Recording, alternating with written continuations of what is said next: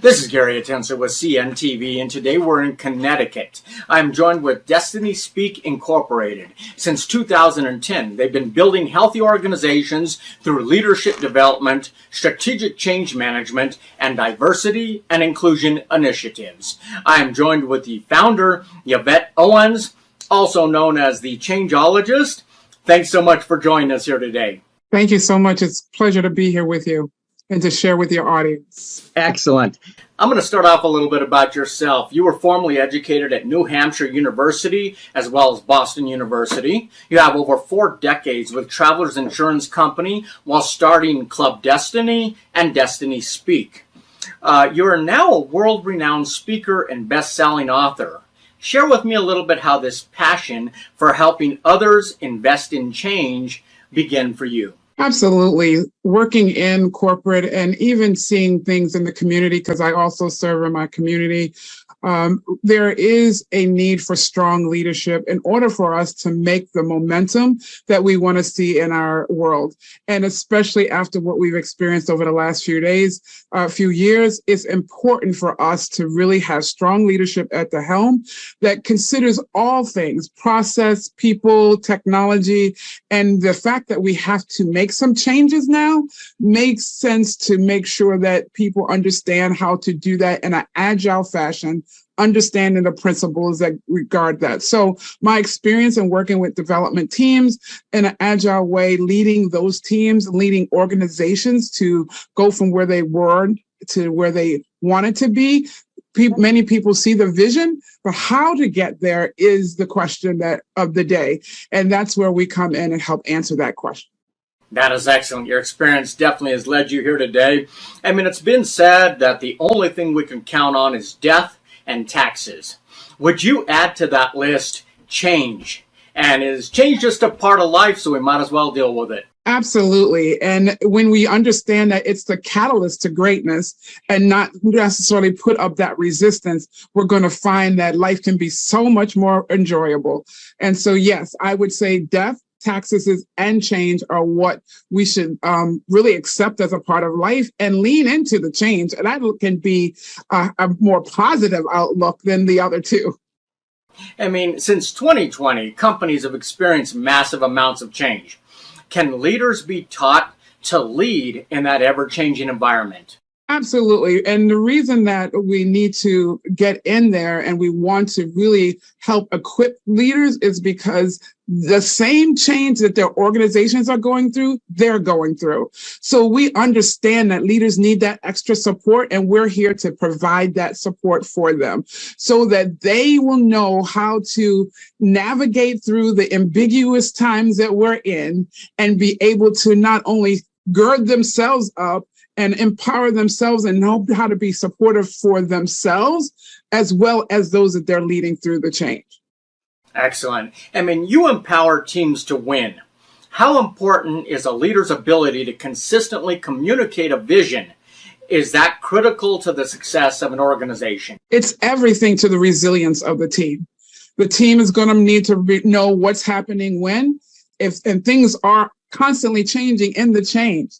And so that they will be able to react to those things right and at the moment that is needed to react is critical, and relying on a very strong communicative leader, a leader who knows when to tell them what's going on and gives them the ability to be able to share in the collaboration and the outcome. So that communication is not one way, but it's a group collaborative environment where together they come up with awesome solutions.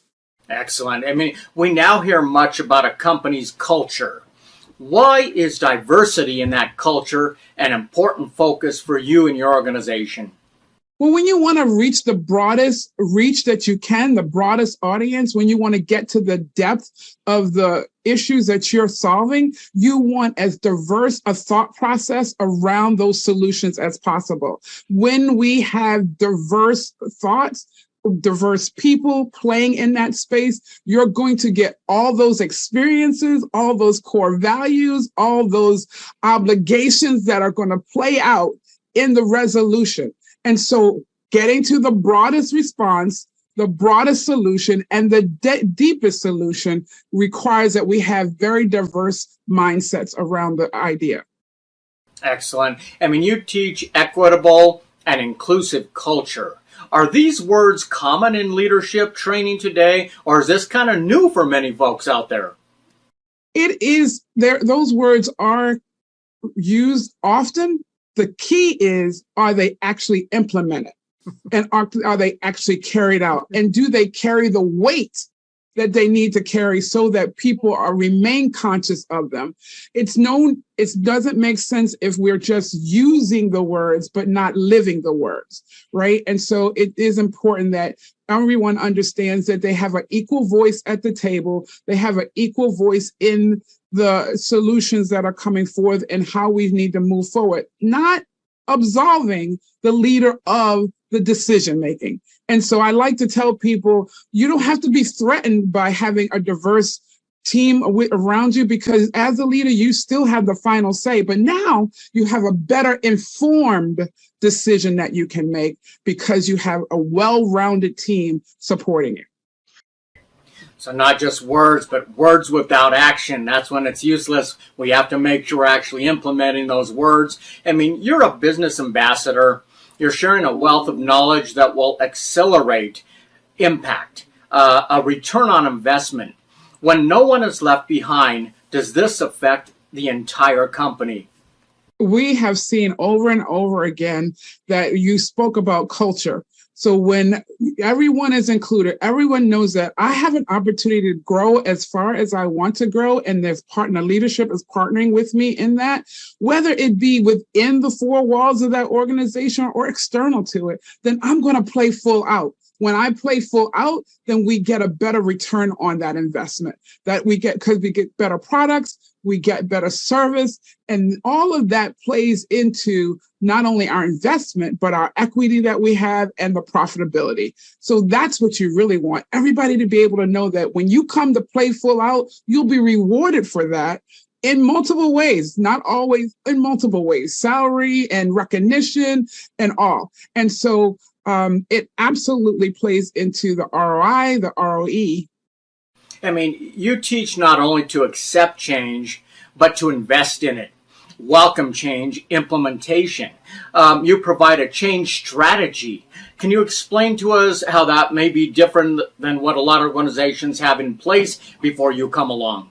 Right. So a lot of organizations have a strategy. They know exactly what they want to do, but how they get there, who's it going to impact, is often left to the end when we're ready to really say, okay, now let's go ahead and do it. Let's send it out and everybody's going to apply. When you apply change implementation to the strategy, now you're thinking about who is it really going to impact, how it's going to impact them, what resistance might there be out there that we need to overcome, because if you do not address it full on, people will make up the story. And so you want to address that resistance full on, also be able to say, because that's information to you. That feedback is a gift that you can now alter your plans, maybe refine them a little bit so that you're much more successful when you launch. And now you have this whole team reinforcing your message and reinforcing your product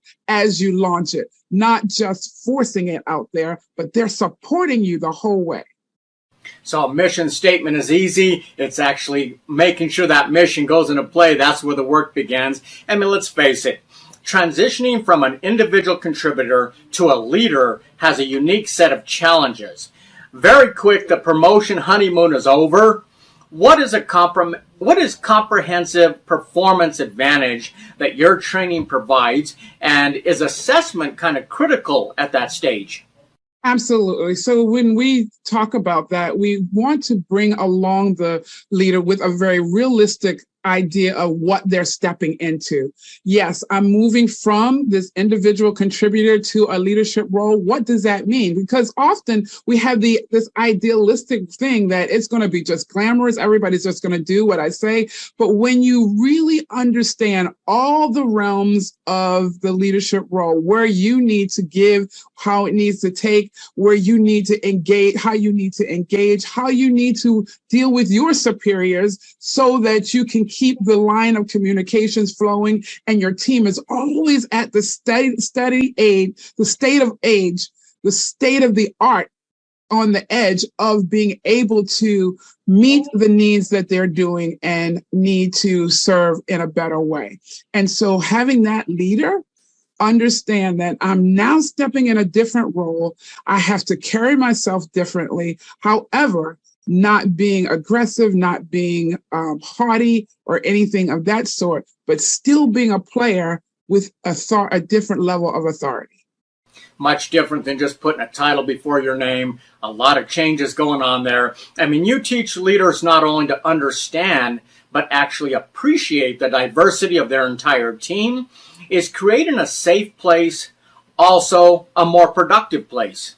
Absolutely, because if people cannot understand that when that time for that difficult conversation has to come about, whether it be what we thought was going to be there is not there, meaning that we were going to be able to meet deadlines, or what we thought was going to be in place, those difficult conversations require a safe place for everyone.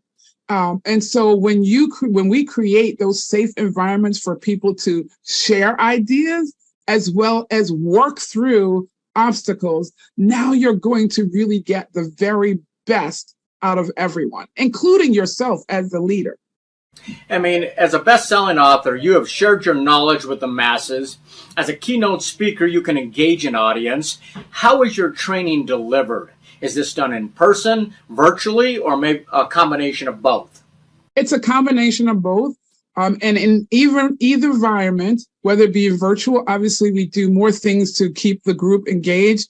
We have more breakouts, we have more things because everybody needs to learn from an experiential perspective. And so my approach is to make sure you experience the training and not just hear the training, because we want you to be able to leave every session with us to be able to immediately implement what we're sharing with you. And that's our goal, every engagement. And you build high-performing teams using the proprietary Victor framework. Before we let you go today, I want you to touch on that a little bit and kind of share what that is. Yeah, the Victor framework is really around making sure that you understand that vision, the innovation that needs to come with it, the collaboration around all of that, the transformation that will come when you allow and you share the vision with people. Often we've heard leaders saying, my team just doesn't get it because the vision is here and now we're not really expressing it. Or when we do say it, we say it one way and we have to continue to refine it and work it so people across the table from us understand it. So that's the vision, the innovation, the collaboration, the transformation, the organizational changes that need to happen. And then you get those results, right? And it's resilient results, those results that can be reinforced. That's all in the Victor framework. Pretty powerful framework there. You believe engaged leaders equal engaged organizations as you help put the heart back in organization performance and truly create a transforming experience for an organization. Is this rewarding work for you? I cannot tell you how often I walk away from different engagements and say, I feel so great about this, what we were able to accomplish here, because now you don't have people talking at each other. You don't have people building around each other, but we're now in the space together, respecting everyone's talent, respecting everyone's gift and skills, and utilizing them to the fullest, in addition to giving people room to grow in those same spaces where they want to continue to mature in or grow in new areas. When we create those kind of cultures, there is nothing that can stop us. That is excellent. What an honor it's been to introduce you and your organization. I think what you offer is definitely beneficial for so many organizations out there, especially as we're going through change. Viewers, let's take a look at the bottom of the screen right there. What you're going to see is their website. On the website, you can see all the services and training they provide. Learn more about this team that can basically reach out and engage your workers from the bottom all the way up to the top. They provide training, coaching, and workshops tailored to your unique scenario with solutions that fit your style, culture, and your goals. They work with corporations, nonprofits, schools, faith-based ministry teams. Once again, that is DestinySpeak Incorporated. Move vision to reality. This is Gary Atensi with CNTV. And if you don't know, now you know.